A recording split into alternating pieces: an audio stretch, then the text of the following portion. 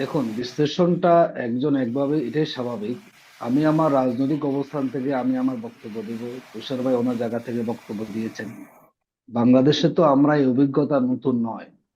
এবং দেখুন, আমরা যে 11 দল আছে, বিএনপির সাথে জমিয়ত উলামা ইসলাম আছে, আছে তো সেখানে, হুম, হুম। বাম দলও সেখানে আছে। যে আমাদের ক্ষেত্রে আপনি এই কোশ্চেনটা করতে পারেন, তো এই কোশ্চেন তো বিএনপি কে করার সেখানে সুযোগ আছে।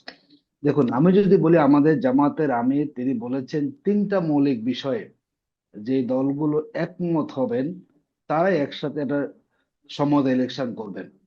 তার প্রথম দিক হচ্ছে দুর্নীতির ক্ষেত্রে, মানে যেই দল নিজেরা দুর্নীতি করবেন না এবং তারা কাউকে দুর্নীতি করতেও দিবেন না।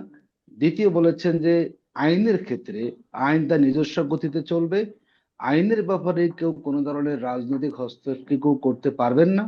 তৃতীয় বলেছেন যে সংস্কার প্রস্তাবনাগুলো তৈরি হয়েছে, সেগুলো সুযোগ পেলে সবাই আন্তরিকভাবে দলগতভাবে সেগুলোকে বাস্তবায়ন করার জন্য প্রচেষ্টা চালাবে। তিনটা মৌলিক দিকে সামনে রেখেই তিনি আহ, প্রস্তাব দিয়েছেন। এবং এই এই প্রস্তাবের ভিত্তিতে নতুন কিছু দল এসেছে, আরো কিছু দল তারা হয়তো আসতে চাচ্ছেন, নানা কারণে এখন তো এই সময়টা একই নতুন বিষয় তো আসলে হয়েছে। বিএনপি বা এর সাথে কেমন করে দ্বিমত, মানে দুর্নীতি আইনি গতিতে চলবে বা সংস্কার, এগুলো তো আসলে এখন যারা রাজনীতি করছে সব দলই তো এই একই রকম মানে কথা বলছে অন্তত মুখে। এমনকি যদি আমরা পতিত সরকারের কথা চিন্তা করি, তারাও অন্তত এটা মুখে অনেকবার বলেছে যে দুর্নীতি হবে না, আইনের শাসন বা আইন নিজস্ব গতিতে চলবে, এগুলো তো সবাই বলেই। দেখুন, আমি যদি আপনাকে বলি, বাংলাদেশে তো ইতিপূর্বেই জাতীয় পার্টি ক্ষমতায় এসেছেন, মানুষ তাদের শাসনও দেখেছে। আওয়ামী লীগের তো আমরা দেখে দেখে মোটামুটি ক্লান্ত হয়ে পড়েছি, বিএনপি কেও দেখেছে। এবং এখন জামাত ইসলামী সহ যে 11 দলের একটা আমরা সমঝোতা করেছি, এই দলগুলো কিন্তু আমরা একবার কখনো আমরা ক্ষমতা আসেনি। শুধুমাত্র জামাত ইসলামী বিএনপির সাথে 4 দলীয় জোটে 2জন মন্ত্রী আমাদের ছিল। ওই অবস্থায় যখন বাংলাদেশ বারবার দুর্নীতির চ্যাম্পিয়ন হচ্ছিল, তখন কিন্তু আমরা প্রমাণ করেছি না, এই দুর্নীতির মধ্যে আমরা থেকেও কিন্তু আমরা নিজেরা দুর্নীতিগ্রস্ত আমরা হয়ে যাইনি। মানে দেশের মানুষের মধ্যে একটা আস্থা তৈরি হয়েছে যে আপনি দুর্নীতি মুক্ত বাংলাদেশের কথা মুখে আপনি বলবেন, কিন্তু যদি দলটাই আপনাদের আপনাদের দলীয় সিস্টেমটা হয় দুর্নীতির মধ্যে হুম। নিমজ্জিত, সেখানে আসলে আপনি কখনো দুর্নীতিমুক্ত বাংলাদেশের কথা বলবেন তা কখনো হুম। বাস্তবায়ন হবে না। কিন্তু ডাক্তার বিশেষ আব্দুল করে তুষার যেটি আমাদের বলছিলেন, যেটি প্রশ্ন। ডাক্তার আব্দুল তুষার বলছিলেন যে অন্যান্য মন্ত্রীরা অন্য দলের থেকে যদি যদি মন্ত্রী হয় বা এমপিও যদি হয়, তারা যদি দুর্নীতি করেন, আপনারা তো সেই দায় নেবেন না, যেমনটি ওই 4 দলীয় জোট সরকারের সময় নেন না। দেখুন, একটা সরকারের যারা সবচেয়ে বড় অংশ থাকে তাদের দায়টা বেশি থাকে। এখন ধরুন, আপনি একটা সংসারে যদি 10জন সন্তান থাকে, সবাই কি একরকম হবে বলুন আপনি? শুধুমাত্র সিটি ব্যাংকে অ্যাকাউন্ট থাকলেই করতে পারবেন গুগল পে। তাই অ্যাকাউন্ট খুলুন আজই। কখনো হয় না। এখানে এক একজন এক এক বয়সের অধিকারী, আপনি সবাইকে এক পাল্লা কিভাবে নিয়ে আসবেন আপনি? একজন বাবা চাইলেও কিন্তু সব সন্তানকে একরকম তৈরি করতে পারেন না। দুই এক জায়গায় সেখানে ঘাটতি তৈরি হয়ে যাবে।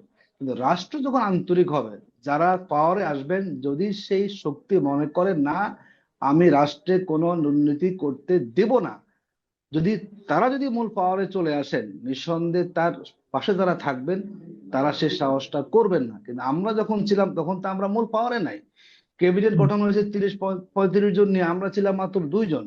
সেই 2জন কি করে পুরো ক্যাবিনেটকে নিয়ন্ত্রণ করবেন তা তো আসলে সম্ভব না। যদি আমরা পাওয়ারে আসি, তখন আমরা প্রমাণ করব না আমরা আগে 2জন ছিলাম, পারিনি, এবার আমরা সংখ্যাধিক্য আছি, আমরা যেভাবে বলবো বাংলাদেশটা সেভাবে চলবে। সুতরাং পাওয়ার যদি আমরা আসি, আমরা নিশ্চয়ই। মনে করি যে কমিটমেন্টের কথা আমরা এখানে দিচ্ছি, এটি আমরা বাস্তবায়ন করতে পারবো। আর নেক্সট হচ্ছে যখন সংস্কার নিয়ে, আমরা বিগত সময়ে দেখেছি যে সংস্কার কমিশনে নিয়ে বাংলাদেশের মানুষ এখন আস্থাশীল আছে যে 11 দল যে তারা যে সমঝোতা করছেন, যদি তারা সুযোগ পান জনগণের ম্যান্ডেট নিয়ে, তাহলে নতুন রাজনৈতিক বন্দোবস্তের জন্য যে সংস্কার প্রস্তাবগুলো এসেছে তারা সেগুলো আন্তরিকভাবে বাস্তবায়ন করবেন। মানুষ সেই প্রত্যাশাটা পোষণ করে, যার জন্য আমরা মনে করি আমাদের এই সমঝোতা খুব স্পষ্ট। আমরা নির্বাচন করে জনগণের ম্যান্ডেটকে আমরা আমাদের পক্ষে নিয়ে এসে একটা সুন্দর আগামীর বাংলাদেশ কি করে গঠন করা যায়, তার জন্য আমরা সবাইকে নিয়ে একসাথে আমরা কাজ করতে চাই।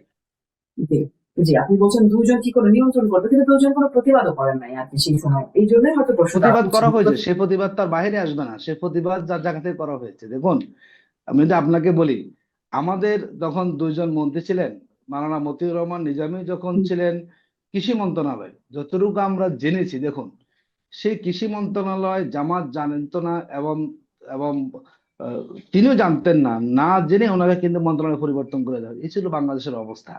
তো যেখানে একজন মন্ত্রীর দপ্তর পরিবর্তন করার সুযোগ থাকে প্রধানমন্ত্রীর হাতে, সে জায়গায় আপনি প্রতিবাদটা হয়তো হয়েছে, কিন্তু সেই যেভাবে জোরালো প্রতিবাদ হওয়ার সুযোগ থাকে, নানা কারণে যখন রাষ্ট্রে মানে একসাথে থাকে, অনেক সময় এটি কিছু কৌশল অবলম্বন করতে হয়, যেটি হয়তো জনগণ উপস্থাপন করার সুযোগ হয় না।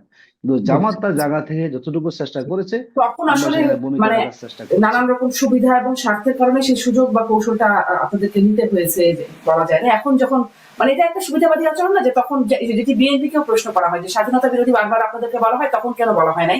আর আপনাদেরকেও প্রশ্ন করা হয় যে আপনারা যদি এই কারণগুলো থেকে থাকে তখন বলেন নাই, এখন মানে দল নাই, জোট নাই বলে এখন বলবেন, এটি কি খুব মানে ন্যায্য আচরণ কিনা? আসবো আপনার কাছে আবারও পরে। আমি একটু ডাক্তার আব্দুল লতিফের কাছে এটি একটু জানতে চাই যে এই যে বিশেষ করে একটা বিষয় অবশ্য মানে আরেকটা প্রশ্ন রয়ে গেল যে আরো যে বাকি দলগুলো আছে তাদের সাথে কি আদর্শিক জোট হলো কিনা, কিন্তু আপনার কাছ থেকে শুনেই যায় ডাক্তার আব্দুল লতিফ সাহেব যে আপনার কি মনে হয় এই যে জোটটা হলো, এতে বিশেষ করে এনসিপির যে জোট মানে যুক্ত হলো, তাতে লাভ কার হলো, কোন দলের কতটা হলো? কারণ এনসিপিতে পদত্যাগে হিড়িক পড়ে গেছে, সেটা আমরা দেখতে পাচ্ছি।